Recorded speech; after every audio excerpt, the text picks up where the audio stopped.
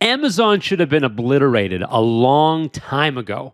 Instead, it dominates, and it's all because of a Saturday morning meeting at Jeff Bezos' boathouse. This is the true story of what happened with one of the biggest companies in history creating one of the greatest products in history. I'm going to give you the story of Amazon Prime and how it totally changed the face of Amazon and the face of retail, and how you can steal the playbook and do a similar thing in your business. So let's go back to the year 2004. Amazon at this time is the seller of books and DVDs. It's not the same Amazon.com we know today, which is the everything store plus AWS plus Amazon Prime Video and everything else. It's literally just a bookstore online, and they have DVDs. Business is okay. They're doing fine. We've just come out of the 2000 internet bust, and they are still standing. A lot of their peers were left out to dust. But the company is more of an afterthought these days than a juggernaut. It's 2004.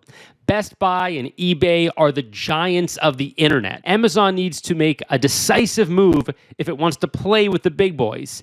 And that move is coming, thanks to a guy named Charlie. Charlie Ward works at Amazon, and he's pissed off. He spends $22 on a vacuum cleaner, and he wants it right now. But it's 2004, so he's waiting 8 days for it to be delivered. And he's got to pay another $9 for the shipping. So it's a whole different mindset when you're shopping online, because you got to wait a long time for it. We don't have the immediate satisfaction of getting the product right away. And we got to pay for the shipping, which for some products can be like 20 or 25% of the product itself is just the price of shipping. This totally sucks. And Charlie is not going to take it anymore. So he comes up with an ingenious, wild idea. Why don't customers just pay up front, and we'll give them free, in quotes, free delivery when they actually buy the stuff? Charlie pitches the idea to Jeff Bezos, the big boss, and the boss man likes it. He loves it, but he's going to crank it up a notch. Bezos isn't happy with the idea as it is. It's time to take it Bezos style. We're going to crack it up a notch. Bezos calls an emergency meeting for what he calls Project Futurama, the code name for what will soon be called Amazon Prime. And the meeting happens on a Saturday in December, and it happens in Jeff Bezos' boathouse. True story. And the reason this happened was because at the time, Charlie and the rest of the team actually had a meeting with Bezos. They had it booked for like a Wednesday. I don't know if it was a Wednesday, but it was during a normal weekday, and they had to cancel it, which people didn't generally do to Bezos. You don't kick a meeting with the boss down the road. At most companies, you wouldn't do that, but they were super busy season. But Bezos said, okay, that's fine. Customers come first. You got to get your job done. But this is so important. We're going to do it on a weekend. And that's actually why it happened on a Saturday. And it happened at his boathouse, which Jeff Bezos has and had at the time in his normal house. It was just a house in the back. And so that's why it happened in Bezos' boathouse. And Bezos wants Prime launched in 4 weeks. But here's the thing. He wasn't just launching free delivery. He wanted fast delivery across the country, and he wanted a lot more that came with it. Guarantees, you guys understand, Prime is not just delivery. It's a whole set of products that you get, and it's delivery, and it's a certain speed, and it's, yada, yada, yada, all kinds of other features. And Bezos wanted all of that at launch. So Prime debuts in February 2005. This meeting happened in December 2004. So think about how fast that is to launch a game-changing product. 2005, February, it was a total game changer.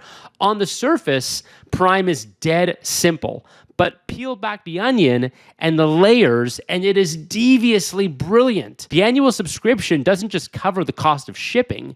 It's a loyalty magnet. It's a customer force field. It makes Amazon your default store because you've already paid for the privilege of shopping there. And that's just the start. Check this out. Here's a rundown of what you get when you build a product, a service offering like Prime. It makes delivery feel free for the customer, even though it is not. It is totally and completely not free, but it feels free to the customer.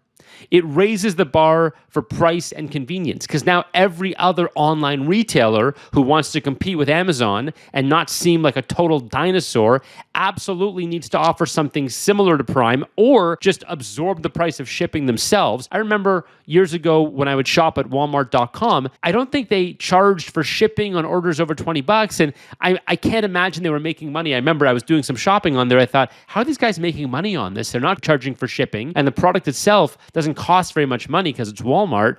And that was what they were forced to do because Amazon was obliterating and changing the game. It makes every other player seem like a dinosaur if they're not going to match Amazon's offering. It provided Amazon with significant recurring cash flow. And this is an important thing, guys. Think about it like this. Amazon has to wait until you buy something until they make the money, and they don't know when you're going to buy something, and that money is not going to come in until you make the decision to make a purchase.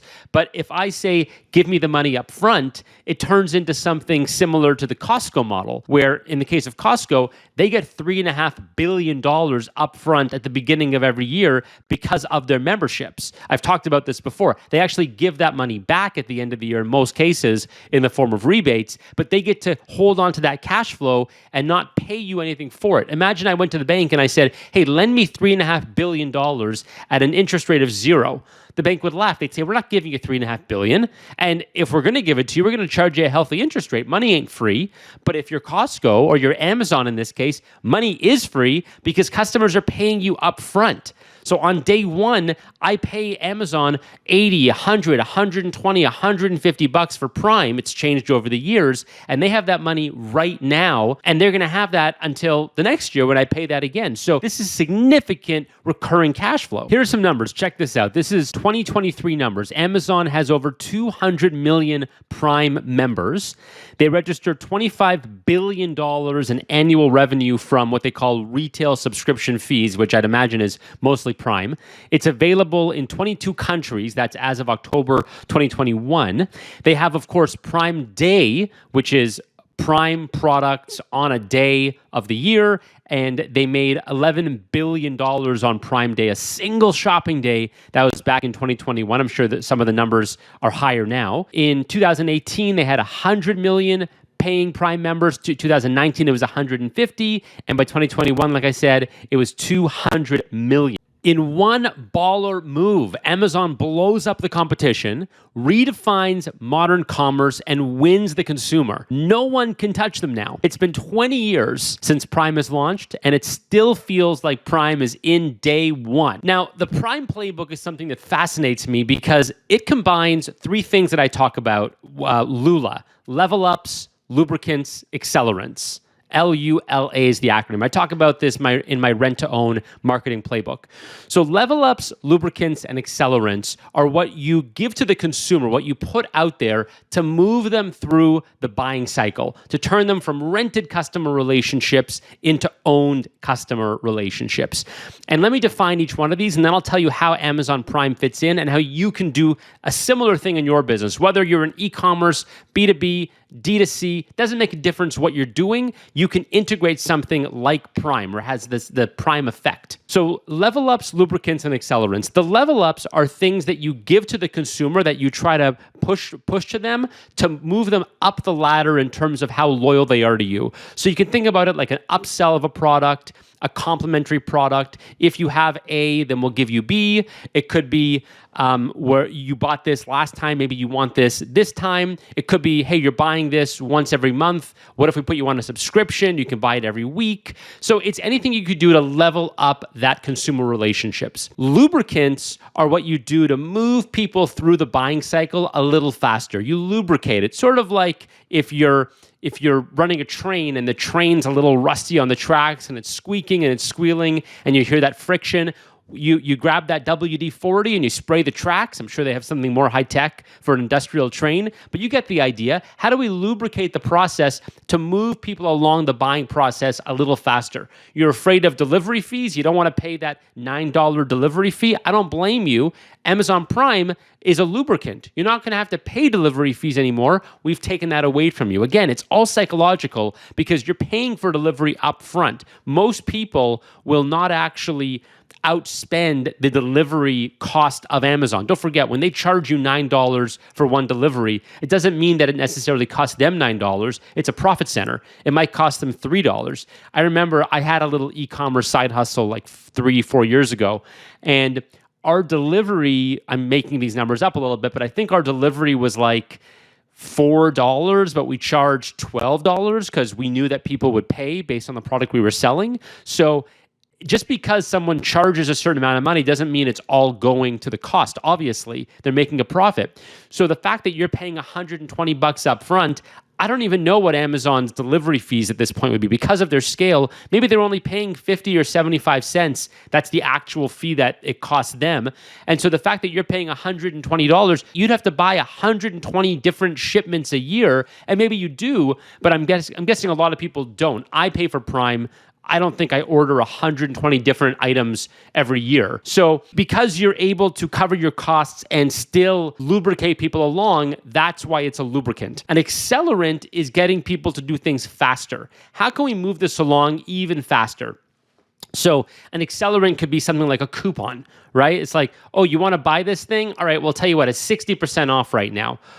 If you buy it now, we'll give you this free, a BOGO, a buy one, get one. So anything you could do to accelerate the purchase, it's a sale, it's one day only, it's now or never, it's a limited release, there's only 6 left in stock. Anything you can do to accelerate that sale, that is an accelerant motion. So that's Lula. Level ups, lubricants, accelerants. And Prime hits Lula on every level, everything. So think about Prime for a second. Does it level up the consumer, make them buy more frequently and more stuff? Absolutely. I can buy a lot more. I can buy more frequently. I don't have to worry about, I don't want to order this or I want to order everything at once because I got to pay shipping fees. Everything's free. I can just buy whatever I want, whenever I want. You can level me up much faster. It's for sure a lubricant because I might have been stopped by the sticker shock of the price of the delivery, and I can go ahead and move that along. And an accelerant because, again, I'm pushing a lot faster. Think about Prime Day. Prime Day, I mean, 11 billion, it's some crazy number. I think it was $11 billion in sales. So it really is it's a situation where they're able to accelerate you along in so many different ways. But I want you to think about this for a second in terms of your business. What could you offer that would give people the psychological illusion, and it is an illusion, that they're getting better value, that they're getting more stuff, that they feel some loyalty or some kinship from shopping with you, and what's something you could put in place to make that happen that is just so simple? I got a couple examples for you. The first one, prepaid card. I don't know why more companies are doing this because the prepaid card is so special and it's such a relationship builder, and a lot of people would pay for it if you gave them the appropriate value. So the gold standard of the prepaid card is Starbucks. You go to Starbucks, you fill up your app or your card, it's on the app, with Starbucks money. You pay $50, $100 on the card, and then in the future, you can just swipe the app and you pay automatically. And they have rewards built into the app. They have a convenience factor. They have the delivery or the you can order in advance and have it ready for you, curbside pickup type thing. So I've done episodes and I've done conversations about Starbucks. I won't get too much into it now, but you can do the same thing and you can take it up a notch because not every brand has the loyalty of Starbucks. If you don't have the convenience factor, maybe you just offer better value. So what if you said to your customers, hey, give me $100, buy 100 of my JD dollars right now for $80.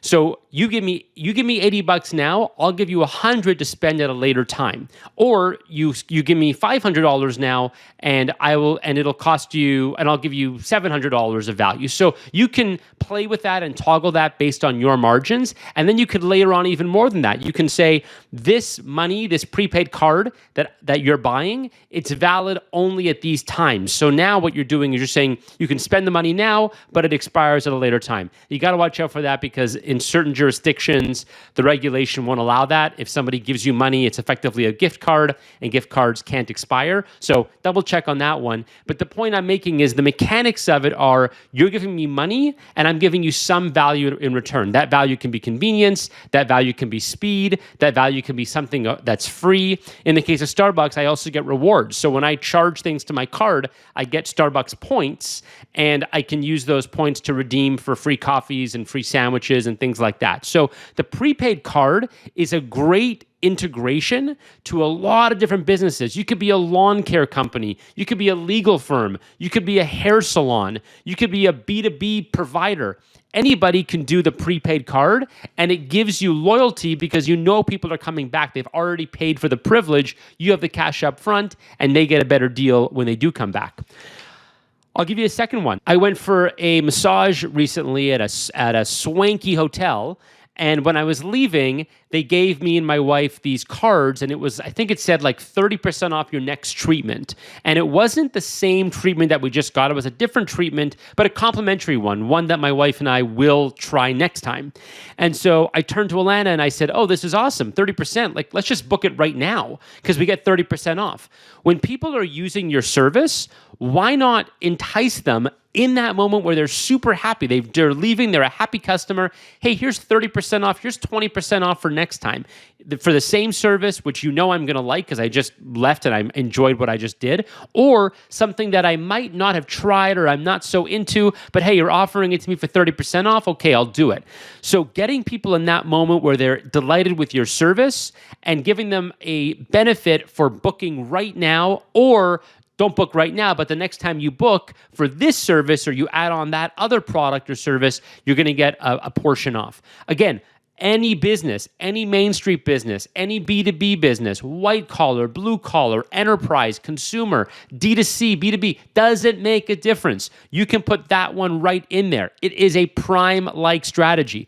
Now, if you want to go even further, you can layer on other benefits. Hey, so if you use this, then you also get entered into a draw to win a prize. And so you can layer on and make these as fancy as you want.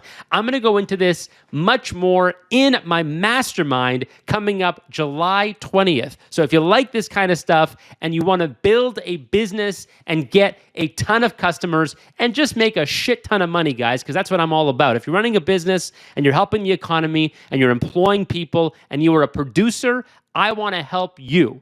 And so join me on July 20th. Go to jondavids.com to enroll in the mastermind. Let me know what you think of this podcast. You can get me across all my socials at jondavids.com. Hey, I just signed up for Threads. So get me on Threads at Jon_Davids. I will talk to you guys next time.